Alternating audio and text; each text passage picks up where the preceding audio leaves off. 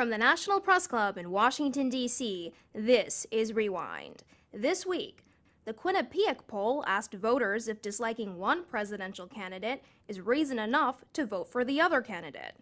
Obama voters are stronger supporters of Mr. Obama and say that they strongly support his candidacy to a larger degree than do Romney voters feel that way about Mr. Romney. Interestingly, only about 7 or 8%, depending on which state it is, of the president's voters say they're voting for the president because they dislike Mr. Romney. 1 in 5 voters who say they're voting for Mr. Romney say they're doing it because they dislike the president.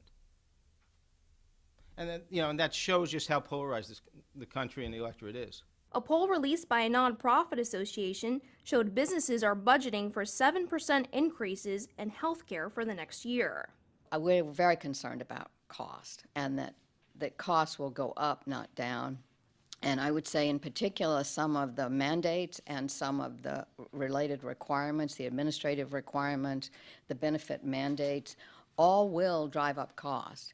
And there are no countervailing forces. And in fact, some of the things that we would want to do to manage cost essentially won't be possible.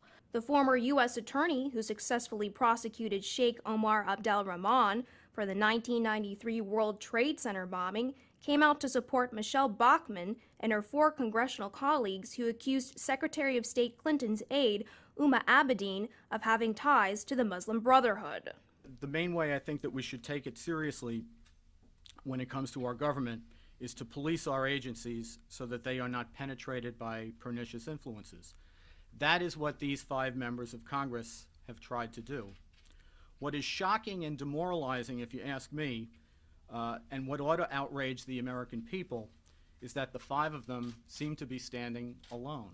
In the broadcast studio at the weekly Religion and Ethics program taping, a Sikh American described the aftermath of the recent temple shootings. The Sikh community here in Milwaukee has been thrown into such deep grief and sadness, but they have not let that grief paralyze them. So I've seen family members, even in the midst of deep grief, step before a sea of cameras to tell the story of their faith, of their values, of who they are to the American people, many of whom are learning about Sikhs for the first time. And they're finding the courage to call for an end to hate violence, not just against their own community, but against all Americans who are still struggling for full rights and recognition. From the National Press Club, where news happens, this is Rewind. I'm Jennifer Schonberger.